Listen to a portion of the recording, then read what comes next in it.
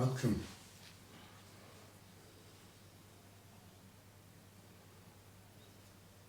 So let's start with the heart of this. There is no self.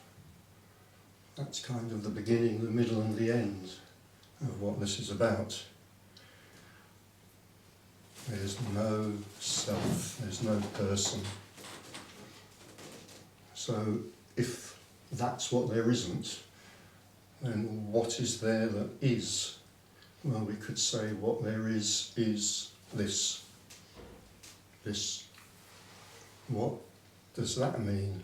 Well, it means whatever is apparent, whatever's arising, whatever's happening.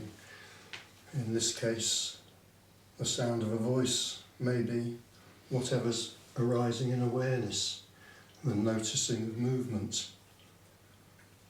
the sensing of the temperature in the room, maybe a sound outside, maybe something glimpsed through the window. In other words, we could say all there is or are whatever phenomena are happening.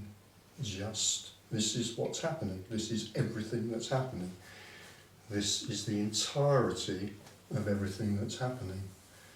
And in a way, that might sound very obvious, and in a way it is very obvious. And in another way, it's extremely challenging, and we'll probably get on to what some of those challenges are later, and we have somebody as well. So there's just noticing somebody going through the door, the sound of the door creaking and closing, expectation maybe, who is it who's coming in, a head turned over there, fingers pointing,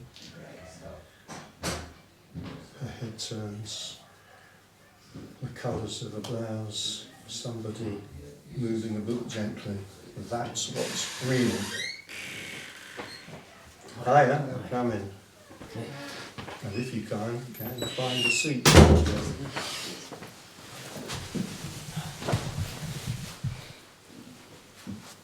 Someone moving, someone sitting down.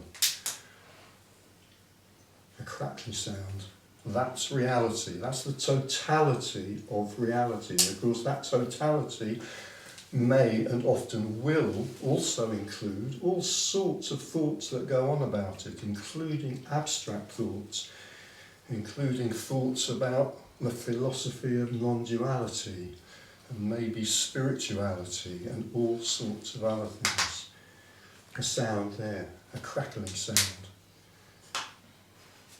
Now, it might sound like quite an innocent statement to say that that is the totality, that is all there is. And if you're used to going to talks on non-dualities, I'm sure many, if not all of you are, that might be a phrase that you've heard many times before. And it might sound kind of quite innocent, but it isn't. The assertion that this is all there is, this is the totality of existence, whatever is arising in experience, we could say, is very challenging. There's no past. Well, in a way, that's pretty damned obvious, actually. That's not that challenging. There's no past. Except, of course, as the past might arise, as an apparent memory, or as a feeling about an apparent memory. There's no future. Well, in one way, that can be incredibly challenging, and in another way, it's in the realm of what I often call the bleeding obvious. There are certain things about this which are very much in the realm of the bleeding obvious, and some things which aren't. So there's no future. Yeah, that's challenging. That's challenging. And yet, in another way, it's kind of very obvious. Now, there is just this, again, it's very challenging, and yet in another way, and not in a deeply philosophical way, but in a really, really bleeding obvious way. There's just this. There isn't a second ago, there isn't a minute ago, there isn't half a second ago, there isn't a minute in the future. There isn't a second in the future. There's just this. How long is this? Well, it doesn't have duration. Try and give it a duration. There's just this. At this point, I never know when I start talking kind of what lane or road an introductory talk's going to go down, but at this point, it's a bit kind of fanciful, a little bit romantic in a way, this phrase. Maybe that's why I like it. I sometimes call this is like the sliver of light in the darkness. It would be more accurate to say this is the sliver of something in the nothing. So there's nothing, and there's just this sliver of light. A sliver of something happening, and a head turned slightly, a finger moved. There's nothing before it, nothing after it. Very challenging, and in another way completely obvious. I mean, it is obvious, isn't it? I mean, if somebody wants to kind of contradict that, we can get into that right now, but in a way, it's obvious. This is existence. This is all there is. A phrase that's often used is, this is everything and nothing. This is everything arising out of nothing. In a way, I feel like, okay, I've covered the everything. There's nothing existent before this. There's nothing existent after this. So this is everything. This is everything that exists. It's not quite so obvious that it's everything arising from nothing, that this is all also nothing. And as this isn't a philosophy, this is a description, it's not a philosophy. As it's not a philosophy, we could say, well, the mind can puzzle over that forever. That this is everything arising out of nothing, So the suggestion from here is, well, it doesn't matter whether the mind puzzles over this or not. The mind will do its own sweet thing anyway, but the suggestion is that this is everything arising out of nothing can be directly seen. And in a way, that's the kind of revelation, which is rather a pompous word to use, but it's come to me, so I'll use it. That's the kind of what we might call the non-dual revelation. What's often reported when it's seen as an incredible shock, as a life-changing shock, when it's seen that this is actually nothing. Sometimes it's called empty. The Buddhists talk about emptiness a lot. Maybe like some of you in here, I kind of read a lot of Buddhist philosophy. I hung around a lot of Buddhist groups for a long time, hoping that somehow Buddhism would bite me, but it never did. Never mind. But there was a lot of writing and talking about emptiness, and wonderful kind of philosophical whatever theses could be written about Buddhist emptiness. No, absolutely not. Forget it. Nothing to do with philosophy, anything like that. It's just a literal description, and when it's seen, it's like, wow, what? What? Just a literal description. When Buddhists talk about emptiness, forget about the philosophy. It's a literal description of what's seen.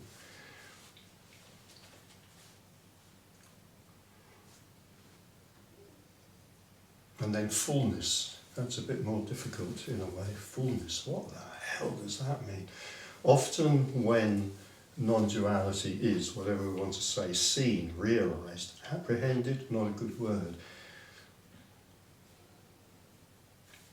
It happens in two ways, which sounds remarkably dualistic. Well, I'm sorry about that, because language and human experience and so forth seems invariably dualistic. So very often what's reported, not necessarily, but what's often reported is that there's the seeing of nothing. This is empty. If we were standing in Piccadilly Circus on the busiest day of the summer, it would be empty. All those buses and taxis and cyclists roaring past, all those tourists, completely empty. But also it can be seen maybe at a different time in the story of a person, maybe at the same time, doesn't matter, that it's also full. And this is where it can get very challenging for the mind, but then the mind's irrelevant here. It can be seen that it's full, what of? There's absolutely no phrase that can describe what this is full of, or what some people say, and I quite like this description. This is an outpouring of. It's not just emptiness, which is kind of a bit dull, just emptiness. It's an outpouring of unconditional love. And if we don't like that phrase, then we can find a different phrase that might work for us, because none of the phrases are going to get close to it. So a phrase that's often used, because it probably gets closer than any other, or certainly than most others, is unconditional love. So this is nothing, and it's completely empty, and it's also totally full. Well, what's it totally full of? Unconditional love.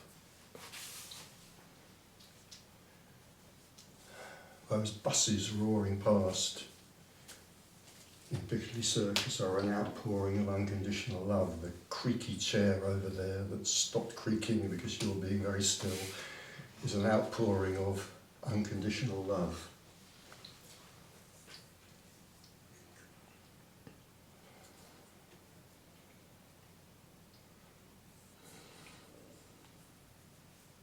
And that can only be seen when it's seen that there's no person here.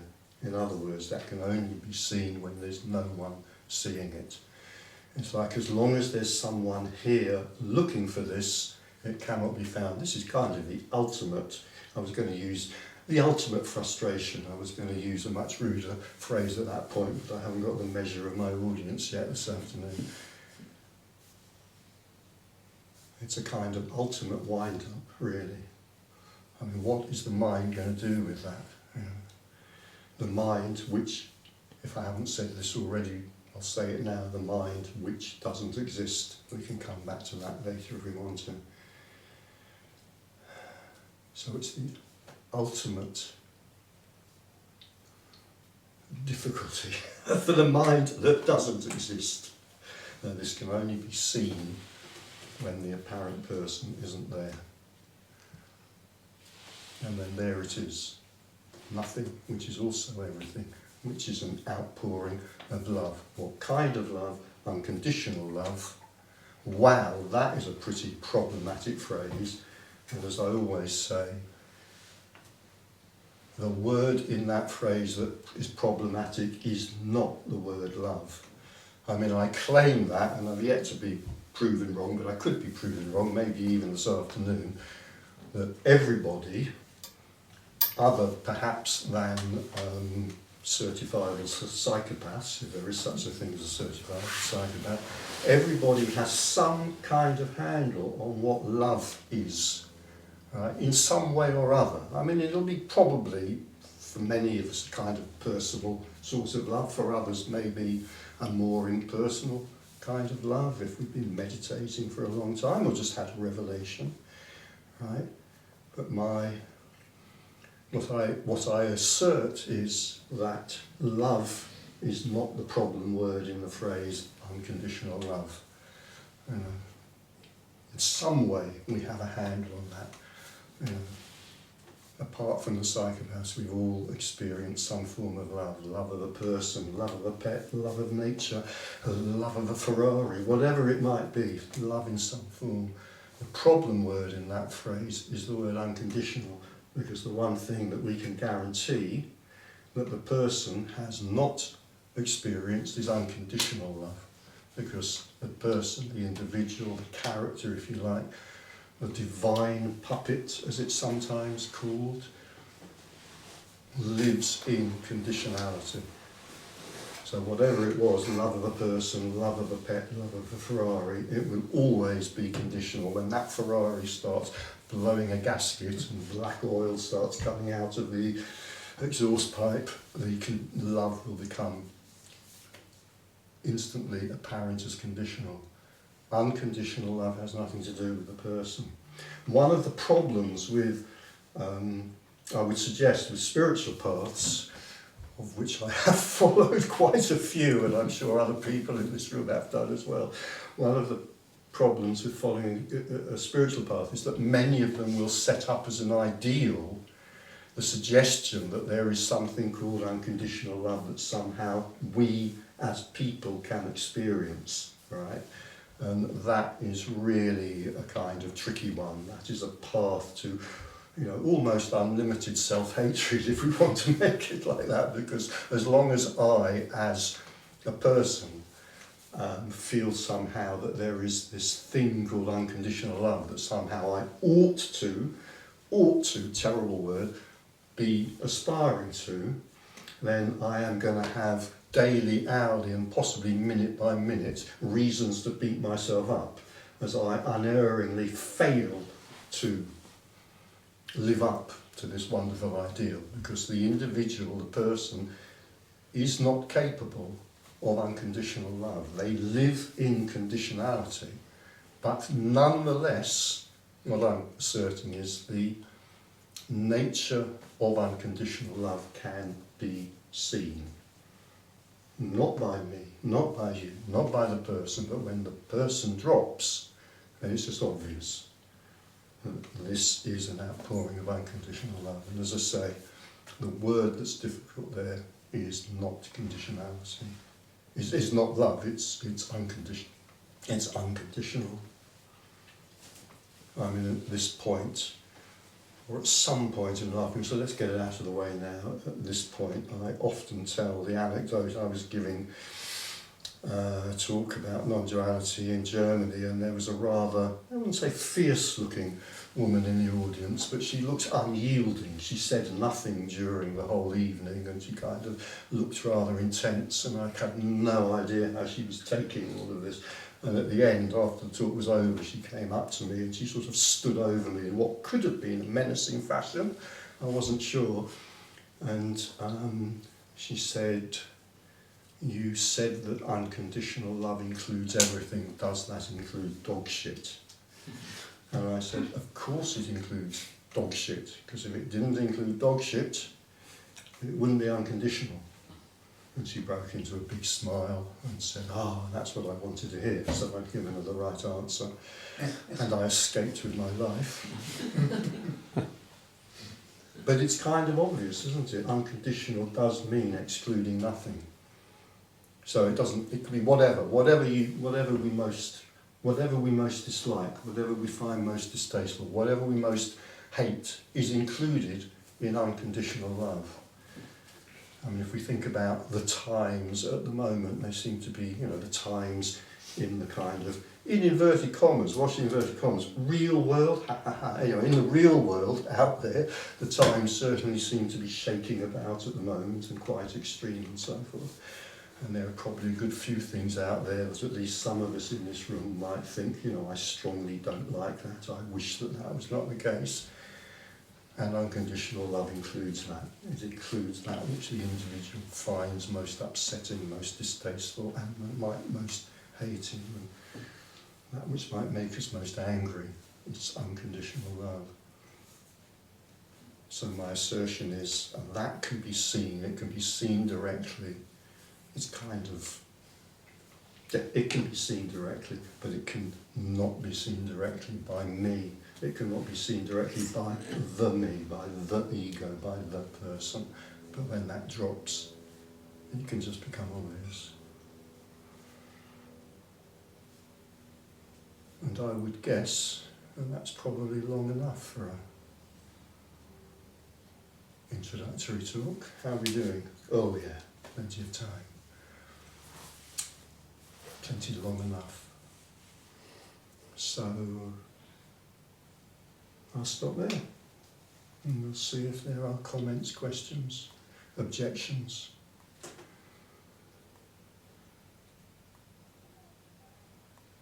We'll just see what happens.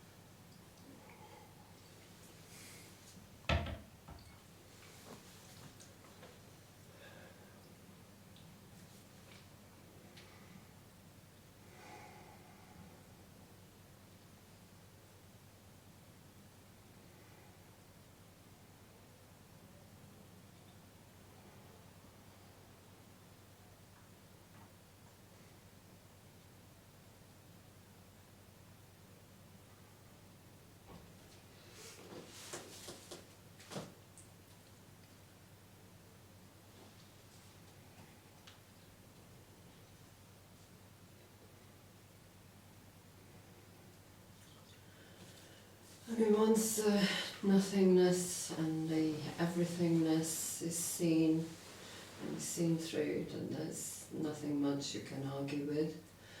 Yet most people are still grappling with this sense of I-ness, because we all have this sense of I, and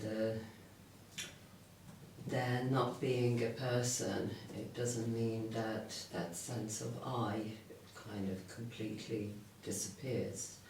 Yeah, it turns more into a kind of, the awareness is there, except you don't have to identify with it, you don't have to call it an I. I think most people, even in here, would agree that there is a sense of I inside, whatever you are aware of, and you can call it awareness, you can call it consciousness. Yeah, I mean, it depends obviously to some extent on, I mean, that word I, we can define it in many ways, so it depends partly on how, we define it. Yeah, it's like, ego can be defined in many ways, which is why that can become a trap sometimes if we follow a spiritual path, because we might get into this thing of like, oh, I've got to get rid of my ego. I have got to get rid of my ego. Hopefully we can see how ridiculous that sounds, but often we can't.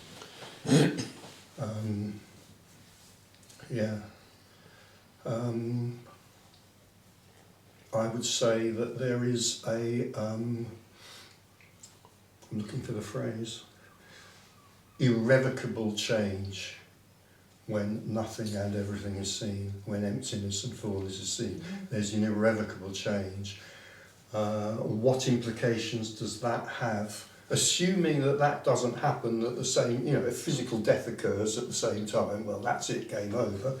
So assuming physical death doesn't happen, there's this irrevocable change, and then life goes on.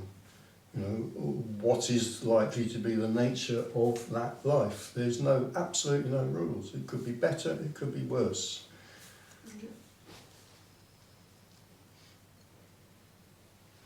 And there's a few very nicely put sayings in some of the traditions about this, particularly from the Zen tradition, which does not particularly encourage a kind of sort of ecstatic expectation of a sort of heavenly state, while still embodied in the body. And one of them is the Zen monk who said, "Now I'm enlightened, I'm just as miserable as ever." And the other one that always comes to my mind at that point is the Zen master who said to the aspirant monk, "Why do you want enlightenment? How do you know you'd like it?" And there's also, can't remember his name, I think a Korean Zen master who said, even in the greatest yogi, joy and sorrow still arise. So we could say maybe that some of us, as it's very difficult being a person, a separate person. It's very, very difficult, and so we do all sorts of things to try to comfort ourselves. And one of the things that we obviously do is we make up wonderful stories. We make up fables about how life might be in some marvellous future when all problems are done. So if we buy into some of those stories, we might well be enchanted or entranced by the idea that while this embodiment is taking place, there can be some magical state called whatever we want to call it, enlightenment, or maybe the 37th level of enlightenment if we're into levels of enlightenment, in which there is no possibility of problems, blah, blah, blah. But in a way, these are kindergarten stories. They may comfort us for a little time. They're like, analgesics for the, I was going to say for the mind. They're analgesics, let's say, for the soul that doesn't exist, but nevertheless, it's a lovely metaphor occasionally to use it. So yes, all of this can be seen. Everything we're talking about, everything can be finished in that sense.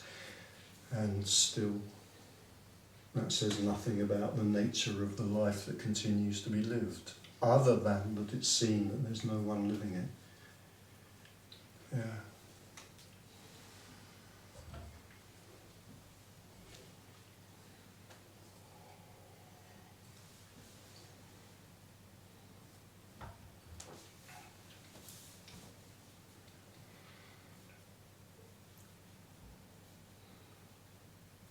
And fashions come and go, and a lot of what I'm talking about here, which we call non-duality, used to come under the heading of what was called spirituality.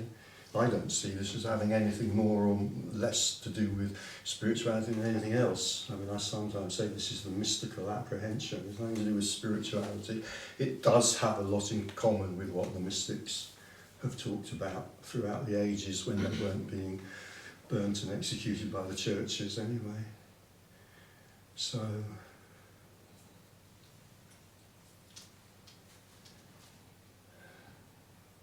yeah, this is the mystical apprehension.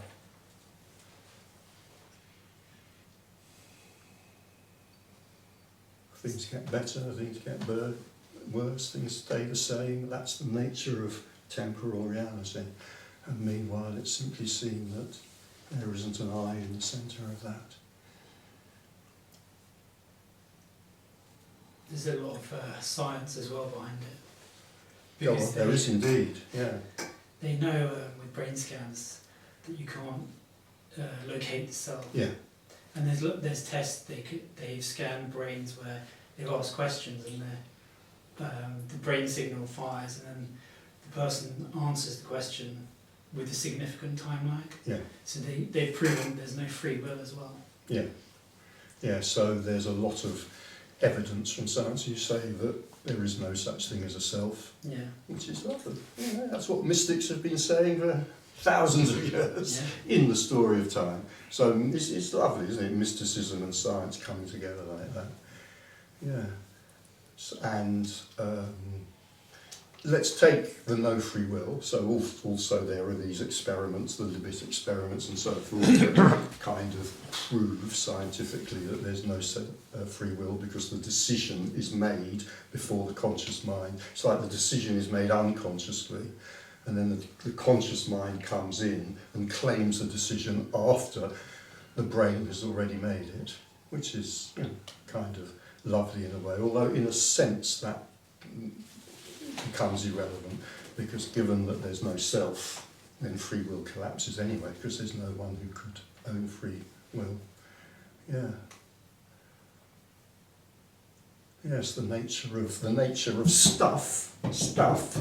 There's just energy. The nature of this as having no self, and therefore the nature of this as having no free will. Yeah, it's very challenging indeed, and it's been around for a long time. It's also very relaxing as well because you get rid of the anxiety of having to think about choices and things. Things just happen. Yeah. It can be very relaxing. Don't go into well, you can do this, but it's probably not a good idea to go into a pub and start and a conversation with some random strangers about the lack of free will and the lack of a self. That might not be so relaxing. But yeah, internally, absolutely, yeah. Actually, it can be very non-relaxing to talk about this to anybody at all, unless you are absolutely clear that they're kind of at least a little bit on board. And people have gotten into really very, very extreme trouble with their beloveds, with their families, when they talked about this, and it's not been unknown. I mean, this is an extreme, but at an extreme, your beloved family could sort of start ringing up a psychiatrist because they get so worried. So it's probably, I mean, Tony's first lovely little book was called The Open Secret. I think there's a good reason for keeping this secret until you recognise from someone that you're with that they are also open to it. Yeah. One of the most terrifying. So I mean, I do one-to-ones, and over the years, I offer one-to-ones to people, and over the years I have had a good few people come to me for one-to-ones precisely because they've got into the most tremendous trouble with their families, kind of talking about this. Yeah, the open secret. There's a good reason for keeping this secret. One of the most terrifying things that any friend of mine can say to me is, oh, Richard, I'm thinking of coming to one of your talks next month. But like inside, I'm going, no, please don't.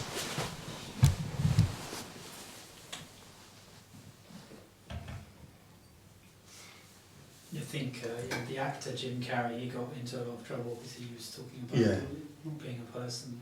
Yeah. Yeah. Yeah.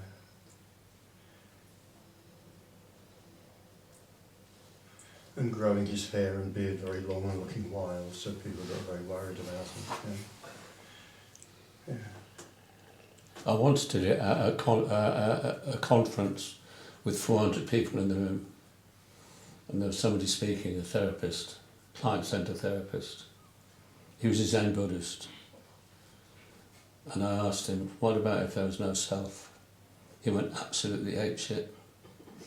Absolutely apeshit. Yeah. So I thought it was really Which fun. is interesting, because Buddhism is absolutely a philosophy of no self.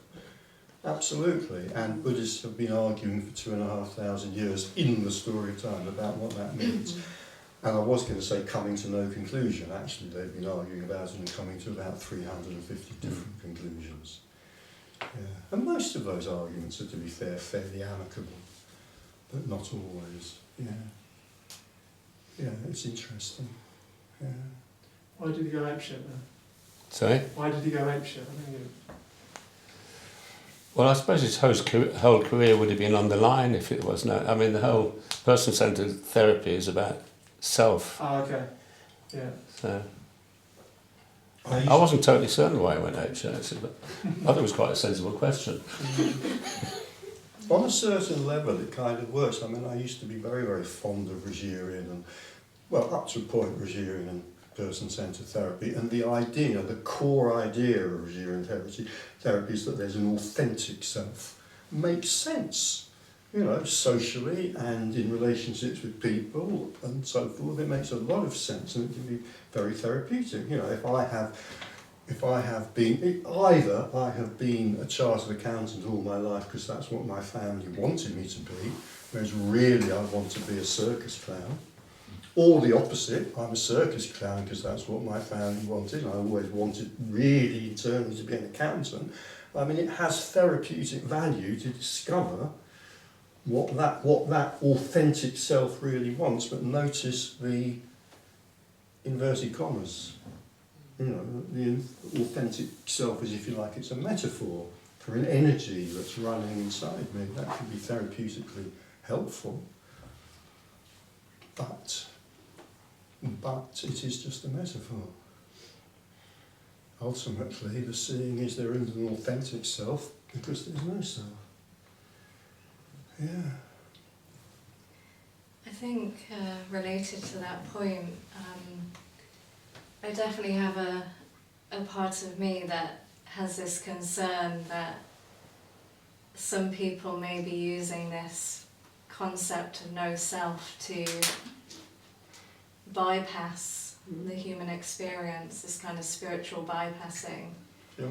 And what you said about us not having will, not having an independent will.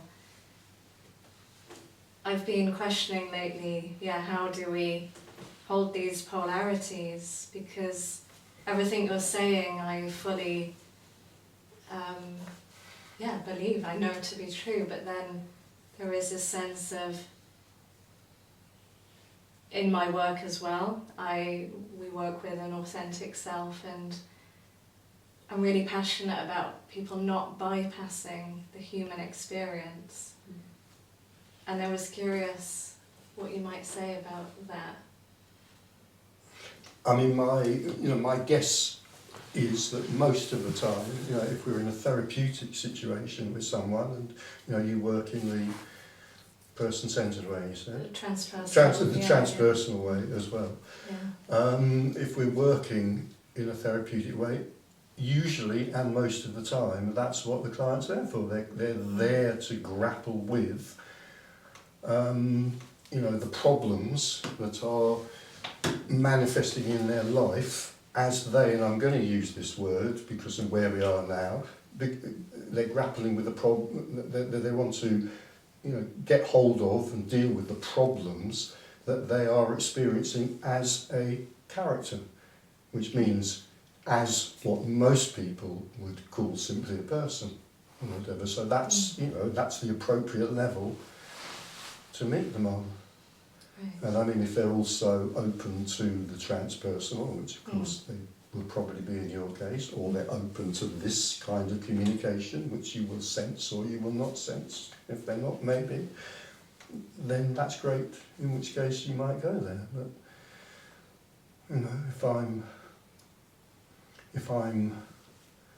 if I'm going to a therapist because I'm wrestling with my feelings and thoughts about a bereavement, let's say, then that's where I want to be met. I don't really want to be met by a psychotherapist that says, well, you do realise there's no person and no one ever dies, and But I mean, I always say, if I were to go, I don't know if I'll ever go to a psychotherapist again as a client, but if I, never say never, but if I, who knows, but, if I did, I always say I'd rather, I'd prefer to go to a therapist that wasn't there, who gets this level, and then, if I want to explore my feelings about a bereavement, then I want to explore that, yes, but I'd probably find it more helpful and less intrusive if I was exploring it with a therapist who wasn't there, who got this. I'm remembering, a lot of you probably read Susan Seagal's book, Collision with the Infinite. Is it Susan Seagal? I think so, anyway. Collision with the Infinite. And she had a very, very traumatic awakening that went on for a long time, and she saw many, well, I don't know that many, but she saw some therapists, I think all of whom it sounded like were profoundly unhelpful, because they saw this loss of selfhood as evidence of psychopathology. And it was only when she finally came across a Buddhist who was able to get it on that level that things fell into place and she stopped suffering. It seems like, from my understanding, it's a bit like if you watch a film and then you realise it's a film, you can still enjoy the movie. It's like when you understand there's no self, you can still see, it doesn't mean you give up on that. It's like the divine puppet, you just see it from a different view. So you can still process emotions, but without kind of that solid belief in the self. Yeah, again, without any rules being there, nevertheless it's quite common that life will be enjoyed more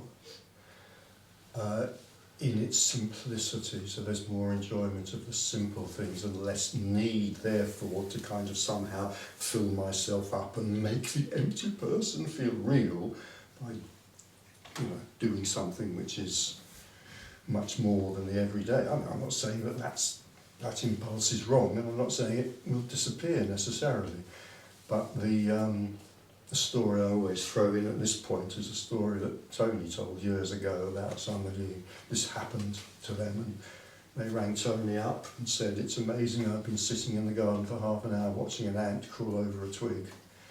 And you think, well, what's so fascinating about an ant crawling over a twig? Well, it's absolutely bloody fascinating.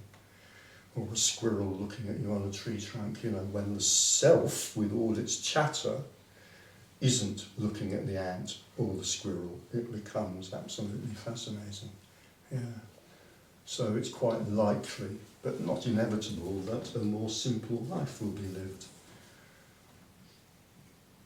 I mean, a lot of the opposite of a simple life is a complex life, I guess, and a lot of the complexity that we tend to inject or insert in our lives is because of our neuroticism. I'm having a really bad neurotic day, and let's create some distraction from it by doing something complicated, like having a row with my best friend, or I don't know, putting a down payment on a Ferrari I can't afford, whatever it might be. So yeah, life does tend to become simpler. And it seems that there's no one living it. I'm interested in your question. I don't know her name, sorry. Jules. Jules. I'm interested in your question, Jules, because we spoke about this last week, didn't we?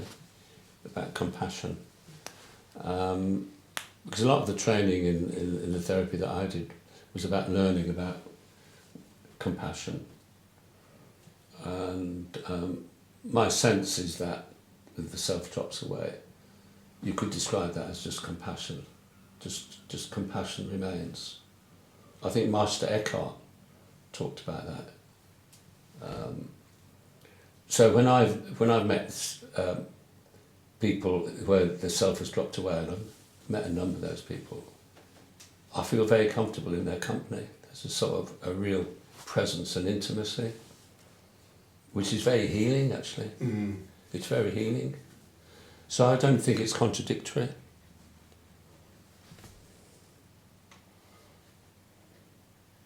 The contradiction, the possible contradiction. Well, there was behind your question, maybe, Jules, you were wondering how, because you were saying that for your work, it's very important to be with the person, and the sense of the training and that. And I'm not. I'm saying that it's not contradictory to continuing to work in a way. Oh, because absolutely not. No, No. I'd say it supports it. That's the opposite of contradictory. Yeah. Yeah. Yeah. Yeah. Because all Yeah. therapy is about healing, isn't it? Yes. And compassion, Yeah. presence is healing. And so if you've got no self there, it's naturally There's healing. more presence. So Yeah, there's more it's just sense. intimacy. Yeah.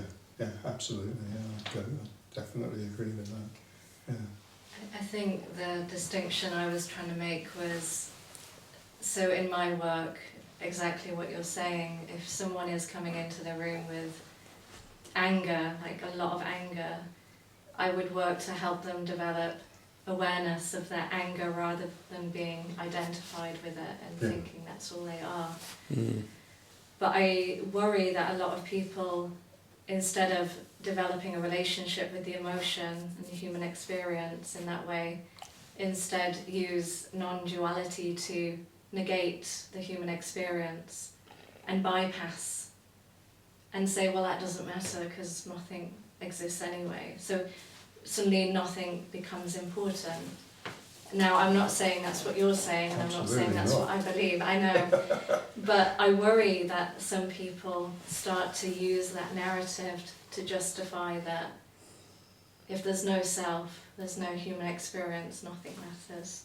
So I was curious Yeah. what you would say Well, about yeah. that. So I'd say that, ironically, that is a kind of, I'm going to insert the word in inverted commas, personal. That's a kind of personal interpretation. Yeah, because Right. It's a stance, if you like. Right. So, I am taking this stance, nothing matters because there is only love. I feel absolutely Right. like shit 20 times over, but it doesn't matter because there's only love. Oh, how bad I feel. It's a stance. It's going to happen, of course. Yeah. I get that There sort. will be misinterpretation of every kind of any idea, particularly, I'm going to use the vague word metaphysical, any kind of metaphysical spiritual idea, there would be misinterpretation. It can't be of interpreted, course. so it can't be interpreted, so it can't be misinterpreted.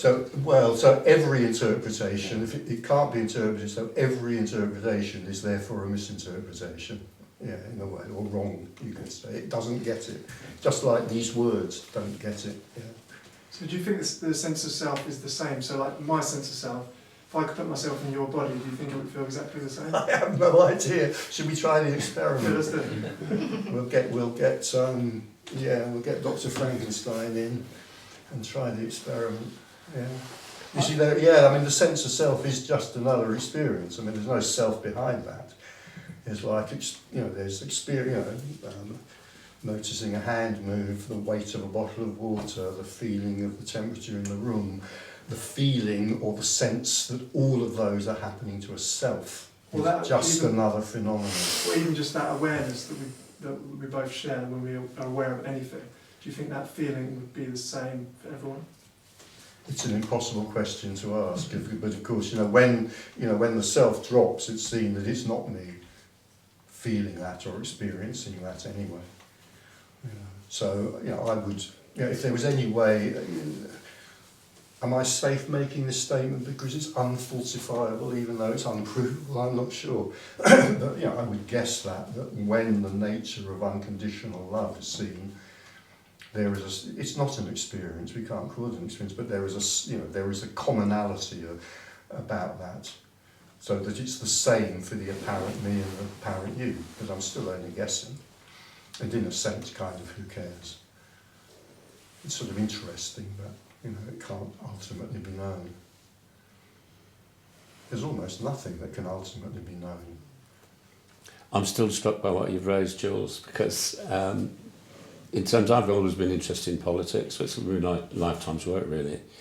And so I'm really sort of attentive to what's going on at the moment in the world. And there's nothing more irritating than people who are interested in non-duality saying, well, there's no me here, so it's why are you interested? It's quite interesting when the world's collapsing and no need to be bothered by that, be non-dual. Yeah, well, So- the mind, It's a bit sort of connected to what you were the saying. mind really. will do what it does, yeah. There was a fashion at one point, I remember, years ago in the story of time, trudging up the hill in Hampstead to see Tony and then meeting in the wonderful Italian cafe afterwards. And there was a fashion amongst a few people to kind of try to ban the use of personal pronouns. On what grounds, I'm not quite sure, but so you would be picked, so they would speak in this strange, stilted third person, and then they'd severely rap you over the knuckles if you dare to use a personal pronoun. But I mean, that's just a game, it's just mind stuff, isn't it? It's just, the games we play. The games that the character plays, games of superiority and inferiority, and I know best and I've got it and you haven't, and blah blah blah blah, on and on and on endlessly. Again, going back to Tony, the self is a businessman, as if this somehow can be used in some way, if only to beat somebody else over the head with the fact that they're inferior. That's just what we do. But the irony is that all of that is, when it's seen, there's no person, all of that is just laughable, isn't it? Yes. That whole idea is Yeah. just... Yeah.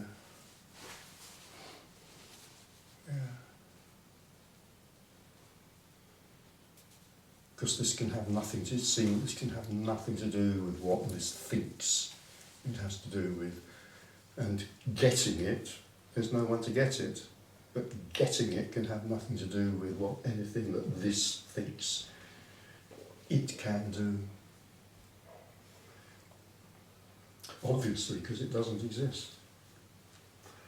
I'm interested in how all this has got turned into religions, to the point where people would die for this message. That fascinates me. This particular message. Yeah, this We're message. not quite at that point yet, are we? I think we probably need about another year or maybe a few months and we'll get there. Yeah. When will the first non-duality But would you crusade die? happen? Would you die for this message? I'm going to take that question on the level that I think is better. So I'm not going to do something arsey like saying, well, there is no me to die. So just taking it on the kind of narrative level that I think you mean. Of course not. Good. I don't think I prefer not even to get into a slight argument about it. I mean, there's no point. What would you be dying for? You can't die for... Well, apart from this isn't a message. As I've said, it's a description, but, it's just kind of mad, isn't it?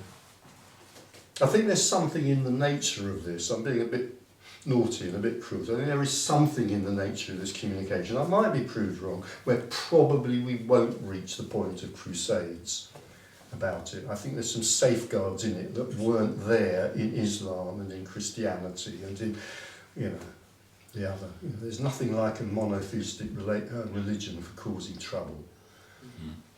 And I think we're fairly safe here. If the nearest thing to a god that non-duality has is Tony Parsons, well, you'd kill me for saying that. And I think we're safe. Yeah.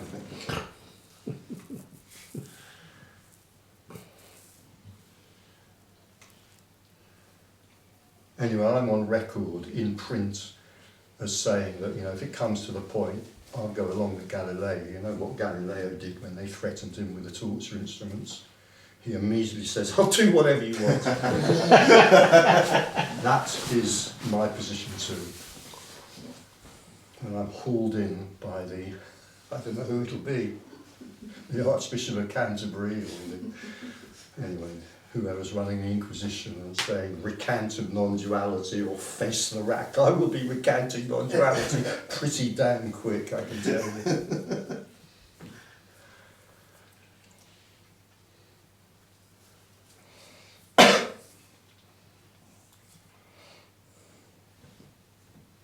It's interesting because the science side of it is actually so strong that it's starting to be discussed around how it affects legal cases. Because if there is no free will, you can't really punish somebody. So there's biologists like Robert Sapolsky who's talking about how we should change our legal system because if you're not really responsible, there's no choice. Why are you punishing them? Should maybe quarantine them so the rest of the population is safe. Yeah. So it's interesting how it's becoming more common, those ideas. Yeah. There's a very strong argument that if this was generally accepted, we would end up with a penal system which was a damn sight more sensible, a damn sight more effective. We wouldn't be putting the stress on punishment, we'd be putting it on reform and protection of the public good. There's a badly written but very good from its content point of view book about this called, I think it's just called Free Will by Sam Harris. James, no, not that one, James B. Miles. Because, I mean, Sam Harris is good, but James B. Miles, he's not a great writer, but he's not half thorough.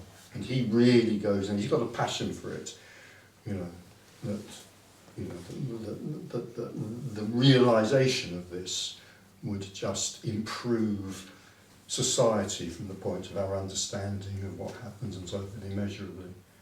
Yeah.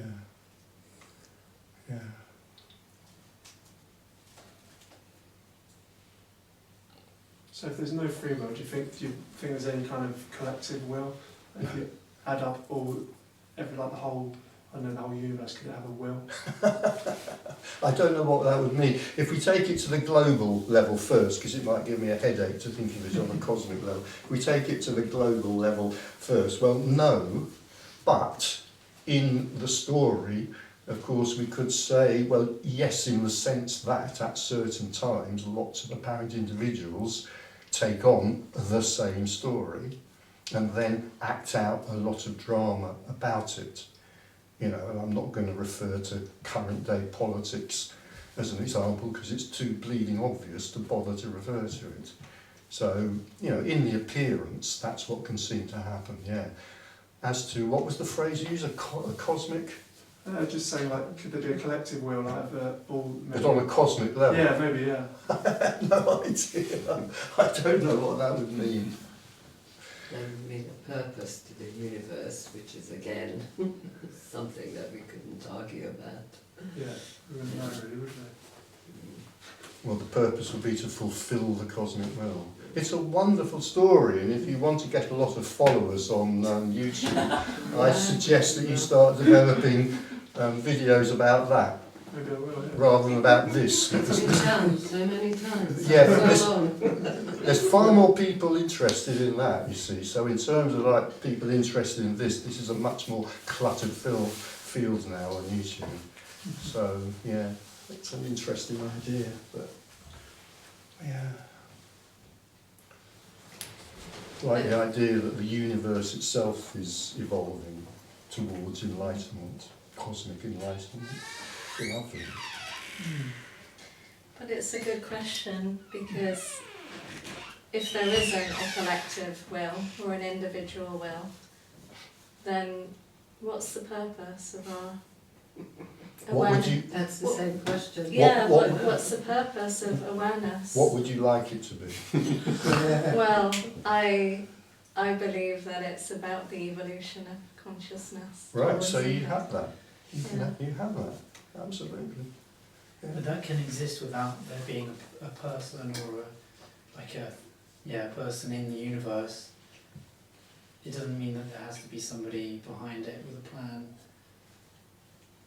Well, You can't I'm just not exist. saying there's someone behind it with a plan. I'm saying that it's what we are, which is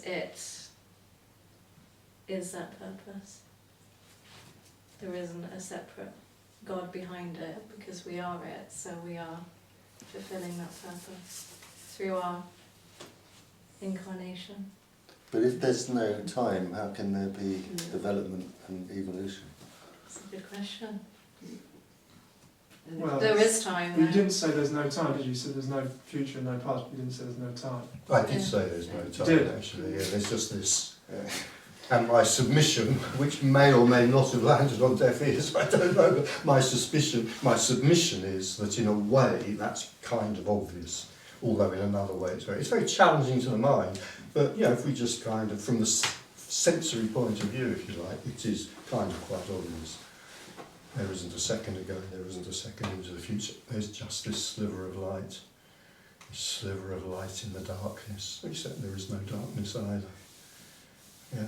I love that metaphor. But the light and the darkness are the same. Yes. Yeah, well, yes. There isn't a, there's not Yeah. like a difference. Yeah. Yeah, because But that all story- appearances, so both the the- light and the dark, they're just appearances.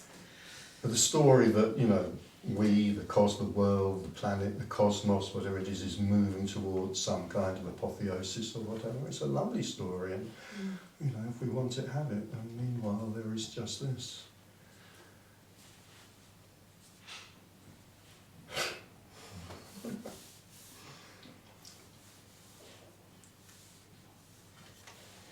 I was at a talk on the seafront this week given by an academic from Sussex University and associated with Cambridge in terms of research on memory. And I regretted afterwards I didn't ask, you know, what is the purpose of memory or what. Anyway, I was on the bus the next day, and a woman got on with two babies. I'd say they were about 18 months or something like that. And I was looking at one of the two of them, and I was just thinking, I'm not sure that baby has any memory. They were just in the moment. Just in the moment. Where was the memory? There was no memory there. Well, yeah, I mean, from a kind of biological point of view, there is memory in the sense of stuff being laid down in the synapses, you know, Yeah. connection of neurons, but certainly there's no conscious memory. Yeah, yeah. I wanted to go back, actually, because I just wanted to throw in something about hope. You know, hope and despair. We're kind of encouraged as people, you know, I may have said this already this afternoon, I can't remember. You know, we're encouraged to regard hope as a rather good thing and possibly a virtue, and despair as a rather unpleasant thing and possibly a vice even, you know, to nurse despair. You know. I tend to look at it from the other way round, you know, but the thing about that, you know, what you were saying is, it doesn't have to do this, but I'd say, you know, it can encourage hope for the future, hope for change, and by and large, what do I want to say about that? Well, just that hope is one of the things that kind of keeps us on the wheel of becoming. You know, so it's very common in terms of awakening, in terms of what we're talking about, to go through a period of despair. And over the many years I've been talking about this, I've had many people both come to me for sessions and email me and so forth because they're in a state of, you know, of despair, and I can certainly remember being plunged into despair by this. And by and large, what I tend to say, which is not always welcome, is that you know, hope is a very hard taskmaster, and although we're kind of culture to see despair as something not just bad, but in terms of a religious sense, actually something awful. It's like the ultimate sin in certain forms of Christianity, to go into despair. But my take is that actually despair can be rather relaxing. It's not all that bad. Whereas hope drives you on to endless efforts to achieve your goal. If you have hope, you must have a goal. In despair, people can find that they can actually relax into it. And at this point, I always quote that line from John Cleese's character in the film Clockwise, where he's chasing, I think it's Jamie Lee Curtis, but I'm not sure. And everything's going wrong, and this is the love of his life, but she is going to escape him, and blah, blah, blah, blah, blah. And at one point he just turns and says, almost to the camera, almost breaks the fourth wall, and says, it's not the despair, I can stand the despair, it's the hope I can't stand. And I think that for a light comedy, that's a very, very profound line.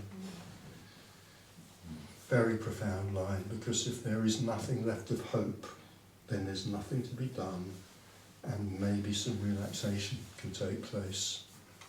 And at this point, when this comes up, I always quote an English Buddhist, Keith Dowman, who says, it's gone, so I had to paraphrase it, relaxation is the closest thing to Buddhahood, right here, right now. That's pretty simple. You don't think hope could be good? Like, for example, if you were stranded and you're waiting to be rescued, it might be good to hope that you're going to get rescued. I don't know, I would see that maybe as a bit neutral. I mean, your likelihood of getting rescued is probably equal whether you hope or But it might help you carry on. It might do, yeah.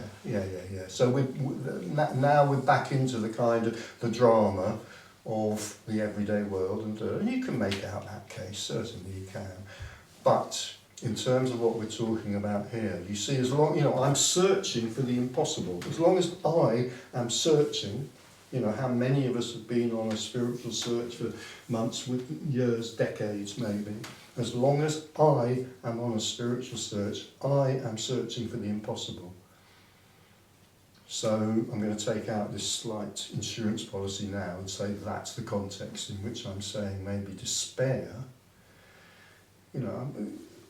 when despair strikes, then some relaxation can take place. There can be a letting go of trying. Every piece of trying around this is hopeless. It's utterly, utterly hopeless. Everything the person does to try to get is completely hopeless. If despair sets in, as it often sets in after an initial awakening, strangely enough, or not strangely enough, and at least then there can be a kind of relaxation. I was thinking despair could be another word for non-duality, because pair is two. So if you're without two, good, nice. Maybe. Yeah, yes, yeah. Because there's not there's the absence of the person that's hoping. Yes. So there's no. Yeah, although there's often the presence of the person who's despairing then at that point. But that could be more relaxing. Nothing left to do. So as long as there's hope, you should be doing, not just doing something, you should be doing something that's meaningful. Come on, get off your lazy asses and meditate more, or whatever it might be. Give more, give a bigger donation to your guru, whatever it may be. Spend more time munching down,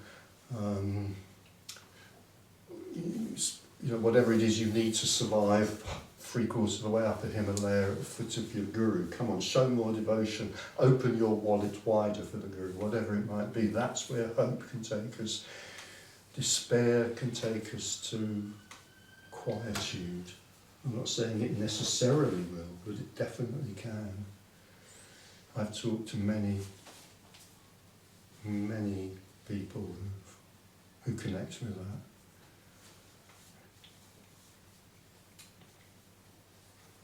The term "fuck it" comes to mind. Yeah, absolutely. Yeah, that can come out of despair. Yeah, fuck it. Yeah. Yeah.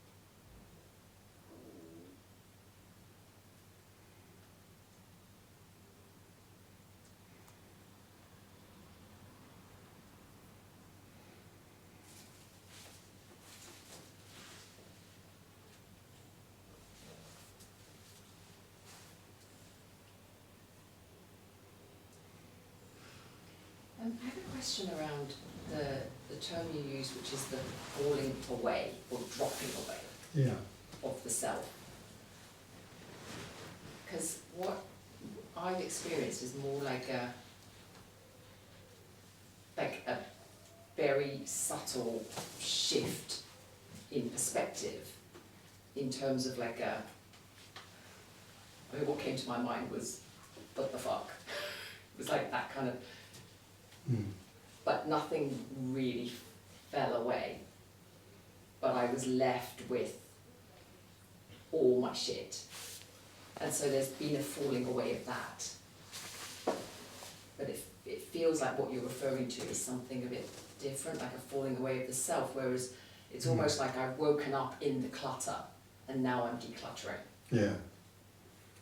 Well, firstly, words are incredibly inadequate for describing this. Secondly, there are absolutely no rules. The only reason I talk about that is because that's how it sometimes, or fairly often, happens, so quite a lot of characters relate to that. But it's equally possible to Yeah, of course. wake up and go, and nothing really changes, and then over the years everything starts to literally dismantle. Yeah, absolutely. Yeah, I would say, that what the fuck, really. I mean, the kind of thing that I described, that initial awakening, many people have described. I think, if there was a mantra that came after it, it would be what the fuck. What the fuck? Well, I've said that many times. What the fuck was that? Is likely to be the first thought that comes after that kind of awakening. So yeah, absolutely. Yeah, and then things start to fall away. What can happen with that kind of explosive awakening moment is that in a period of time after that, hours, days, it could be weeks, a huge amount of mental shifting can take place. A huge amount of mental energy can release, and masses of old stories can fall away. If you've been a spiritual seeker and you've got lots of kind of stories about that, including probably quite a lot of mysterious stuff about like what does that mean and so forth, it's quite likely that a lot of that can clarify. Well, that's what that meant, that's what that meant, that's what that meant. That's a kind of process that apparently unfolds in time for the apparent person. But yeah, I mean, I would say WTF can often sum it up, yeah. And then the fact that the shift is then noticed. Like very, very, very slow, like 8-10 years. Yeah. And I still feel very much like a person, even though I know I'm not a person. Yeah, there's no, firstly there's no rules, and secondly there's no time, and thirdly there's no person. But in the appearance, yes, absolutely. Yeah. Yeah.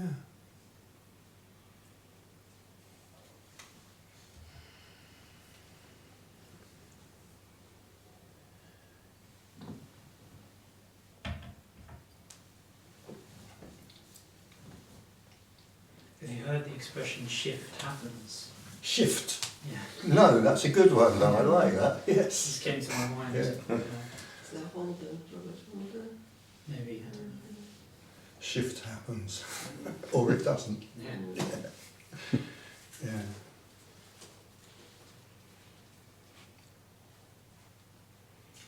And what's the mind-bending part of this is that, after this talk we'll go to a, pub, restaurant, and we're going to actually talk about, our stories, yeah?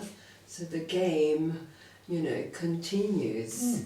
So it's like, I like that expression, binocular vision. So, with one eye, with one kind of perception, you keep the knowledge, the revelation or whatever that, this is nothing and everything, yeah.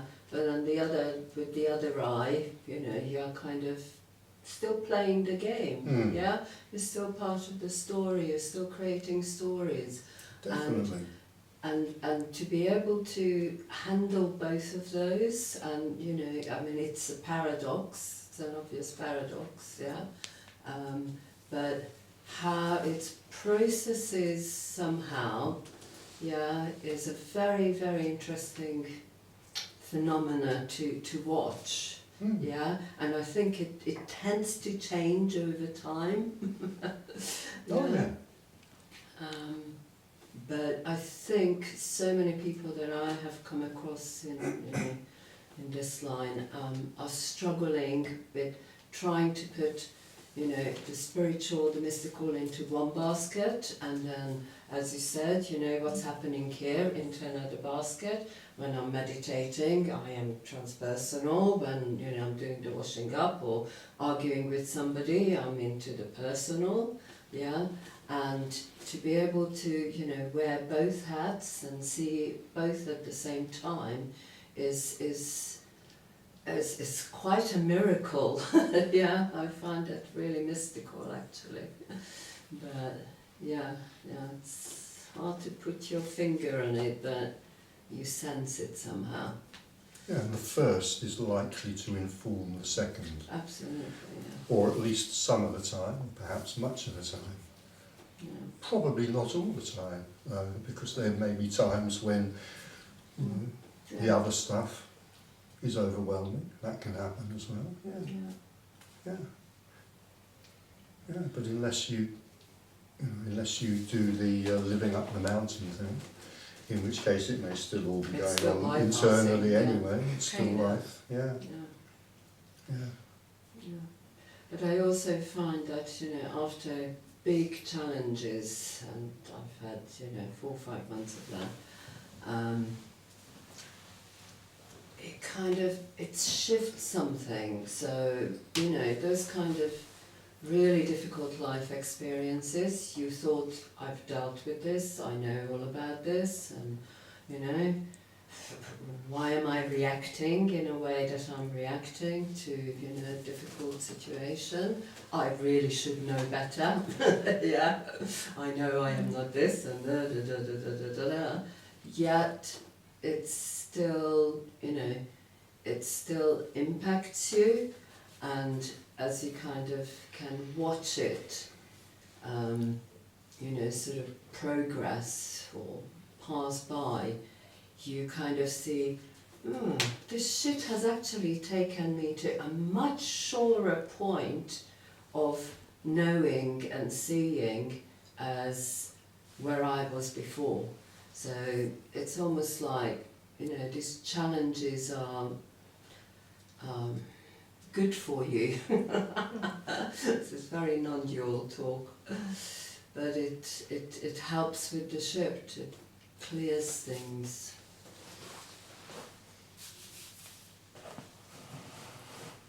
I can relate to that. I think if life is too easy, you get addicted to the material wheel. Or the other way, the spiritual wheel, that's so much more of an addiction.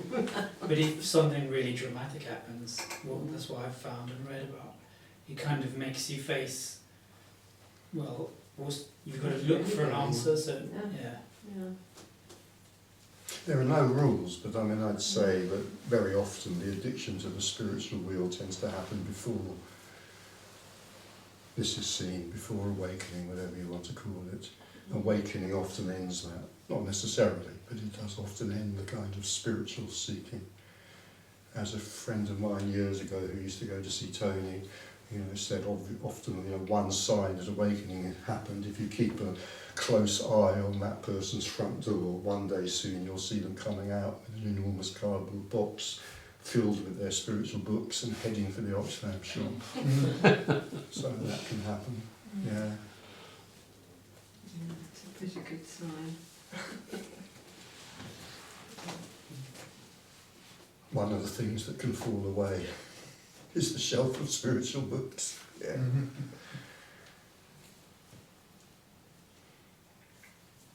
How are we doing? Got a little bit of time before tea.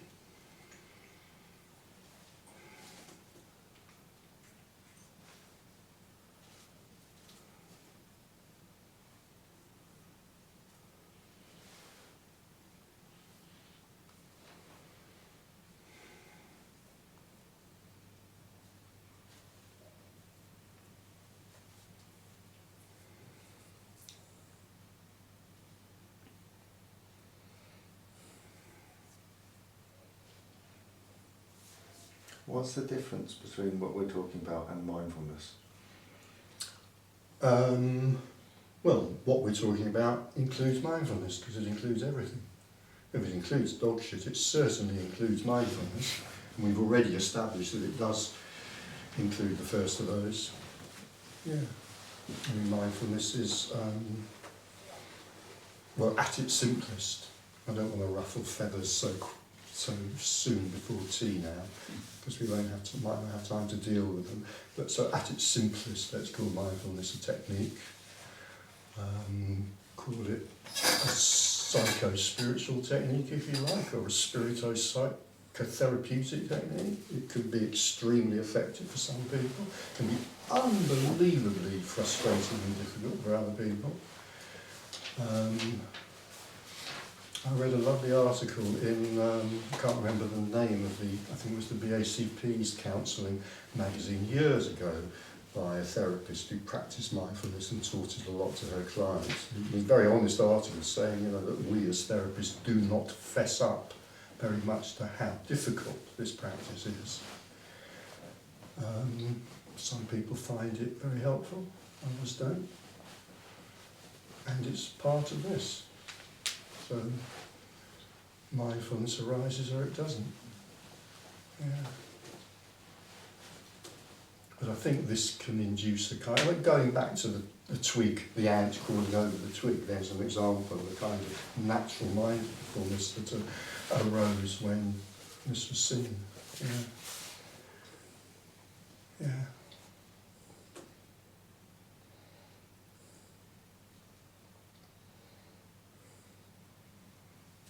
I'd probably say that about any psycho-spiritual practice. It may be helpful. If it's helpful, do it. And If yeah, it's not helpful, drop it. the other one's the self-inquiry, isn't it? It's the sort of idea of observing the observer. Okay, now you've got me onto something. It's going a long delay. Maybe the other side of tea. Maybe we should. I do sometimes say this when somebody's saying something just before tea break. I sometimes think, that's worth more than a minute and a half.